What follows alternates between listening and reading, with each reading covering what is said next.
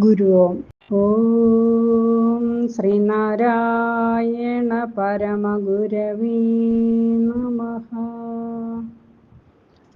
ഓം ഗുരുർബ്രഹ്മ ഗുരുർവിഷ്ണു ഗുരുർദേവോ മഹേശ്വര ഗുരു സാക്ഷാത് പരം ബ്രഹ്മ തസ്മൈ ശ്രീ ഗുരവേ നമഃ.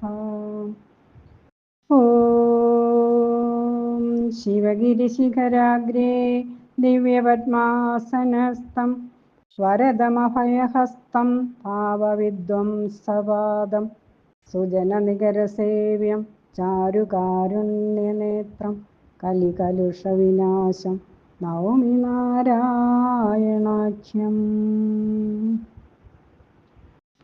ശ്രീനാരായണ ഗുരു കൂട്ടായ്മയിലെ അധ്യക്ഷൻ ബഹുമാനപ്പെട്ട ശ്രീ പ്രതീഷ് ജി, മുഖ്യ അഡ്മിൻ ബഹുമാനപ്പെട്ട ശ്രീ ഉദയൻ ജി, കോഓർഡിനേറ്റർ ബഹുമാനപ്പെട്ട ശ്രീ റെജി ജി, മറ്റ് അഡ്മിൻ മെമ്പേഴ്സ്, കൂട്ടായ്മയിലെ ആത്മസഹോദരങ്ങൾ എല്ലാവർക്കും എൻ്റെ വിനീതമായ നമസ്കാരം. ഇന്ന് നമ്മുടെ ഗ്രൂപ്പിൻ്റെ 8ാമത് വാർഷികം ആഘോഷിക്കുന്ന ഈ വേളയിൽ ഗുരുകടാക്ഷം കൊണ്ട് എനിക്കും ഇതിൽ പങ്കെടുക്കുവാൻ സാധിച്ചതിൽ എല്ലാവരോടും എൻ്റെ നന്ദി അറിയിക്കുന്നു. ഇന്ന് ഞാൻ ഇവിടെ പറയുന്ന വിഷയം ഭഗവാൻ രമണ മഹർഷിയും നിർവൃതി പഞ്ചകവും എന്ന ഗുരുകൃതിയാണ്. ശ്രീനാരായണ ഗുരുദേവനെ പോലെ സത്യസാക്ഷാത്കാരം നേടിയ ഒരു ഋഷിവര്യനാണ് ഭഗവാൻ രമണ മഹർഷി. തമിഴ്നാട്ടിലെ തിരുവണ്ണാമലയിലാണ് മഹർഷിയുടെ ആശ്രമം. ഒരു മനുഷ്യന് പ്രാപിക്കാവുന്ന ഏറ്റവും മഹത്തായ ആധ്യാത്മികാനുഭവം ആത്മസാക്ഷാത്കാരമാണെന്നും ആത്മാവാണ് ഈശ്വരനെന്നും മഹർഷി വെളിപ്പെടുത്തിയിട്ടുണ്ട്. അധിക നേരവും മൗനവ്രതത്തിലായിരുന്നു മഹർഷി കഴിഞ്ഞിരുന്നത്. മൗനമായിരുന്നു പലപ്പോഴും മഹർഷിയുടെ ഭാഷയായിരുന്നതും.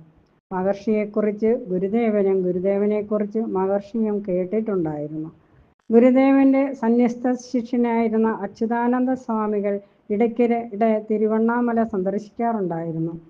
ഈ വിവരം ഗുരുദേവനും നന്നായി അറിയാമായിരുന്നു. 1916 ഗുരുദേവൻ ചില തമിഴ് പ്രദേശങ്ങൾ സഞ്ചരിക്കുകയുണ്ടായി. ആ യാത്രയിൽ കാഞ്ചീപുരത്തും എത്തി. അവിടെയുള്ള സേവാശ്രമത്തിൽ വിശ്രമിക്കുന്ന അവസരത്തിലാണ് രമണ മഹർഷിയെ സന്ദർശിക്കാനായി പുറപ്പെട്ടത്.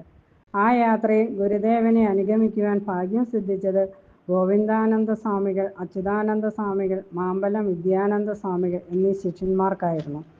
തിരുവണ്ണാമലയിലെ സ്കന്ധാശ്രമത്തിൽ ശിഷ്യസമേതമെത്തിയ ഗുരുദേവൻ രമണ മഹർഷിയെ കണ്ടു. ആത്മസാക്ഷാത്കാരം നേടിയ സത്യദർശികളായ ഇരുവരും അല്പനേരം പരസ്പരം നോക്കി നിന്നു. ആരും പ്രത്യേകിച്ച് എന്തെങ്കിലും സംസാരിക്കുകയും ഉണ്ടായില്ല. ഇരുവരും പരസ്പരം അഭിവാദ്യം അർപ്പിക്കുകയും ഉണ്ടായില്ല. അതിഥിയും ആതിഥേയനുമില്ലാത്ത ഒരു അപൂർവ സമാഗമമായിരുന്നു അത്.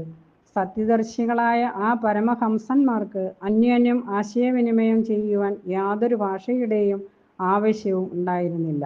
മൗനം കൊണ്ട് അവർ പരസ്പരം അറിഞ്ഞു. തിരുവണ്ണാമലയിലെ ആ മഹാസന്ദർശന വേളയിൽ ഗുരുദേവൻ സംസ്കൃത ഭാഷയിൽ ഒരു കൃതി രചിക്കുകയുണ്ടായി. നിർവൃതിയുടെ പൂർണ്ണത പ്രകാശിച്ചു നിൽക്കുന്ന നിത്യതയായിരുന്നു രമണ മഹർഷിയുടെ വർത്തമാനകാലം. മഹർഷിയുടെ ആ ആത്മനിർവൃതിഭാവം കണ്ടിട്ടാണ് ഗുരുദേവൻ നിർവൃതി പഞ്ചകം എന്ന കാവ്യം അവിടെ വെച്ച് രചിച്ചത്. നിർവൃതി എന്നാൽ സർവദ്വൈതഭാവങ്ങളും അസ്തമിച്ചു കഴിഞ്ഞാലുള്ള ആനന്ദാവസ്ഥയാണ്.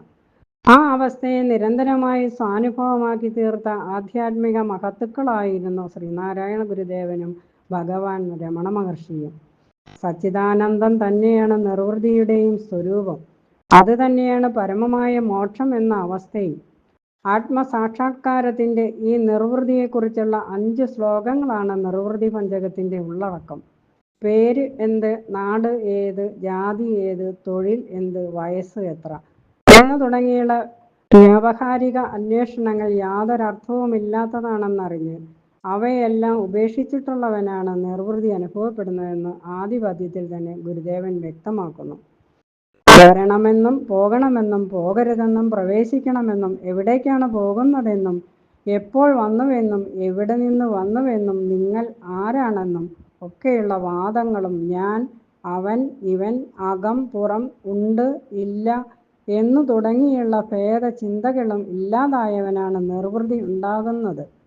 സർവഭേദങ്ങളിൽ നിന്നും മുക്തനായി അദ്വൈതഭാവത്തിൽ ഉറച്ച് ആരാണോ നിലകൊള്ളുന്നത് അയാൾക്കാണ് നിർവൃതി സ്ഥിരമായി അനുഭവിക്കാൻ കഴിയുന്നത്. ഈ വിധം നിർവൃതിയുടെ ശാശ്വത ഭാവത്തെ ഗുരുദേവൻ ഈ കൃതിയിലൂടെ ദാർശനികമായി വ്യക്തമാക്കി തരികയാണ്. ഇത്രയും പറഞ്ഞുകൊണ്ട് ഞാൻ എൻ്റെ ഈ പ്രഭാഷണം ഇവിടെ നിർത്തുന്നു. നന്ദി, നമസ്കാരം. ഓം ശ്രീനാരായണ പരമഗുരവേ നമഃ.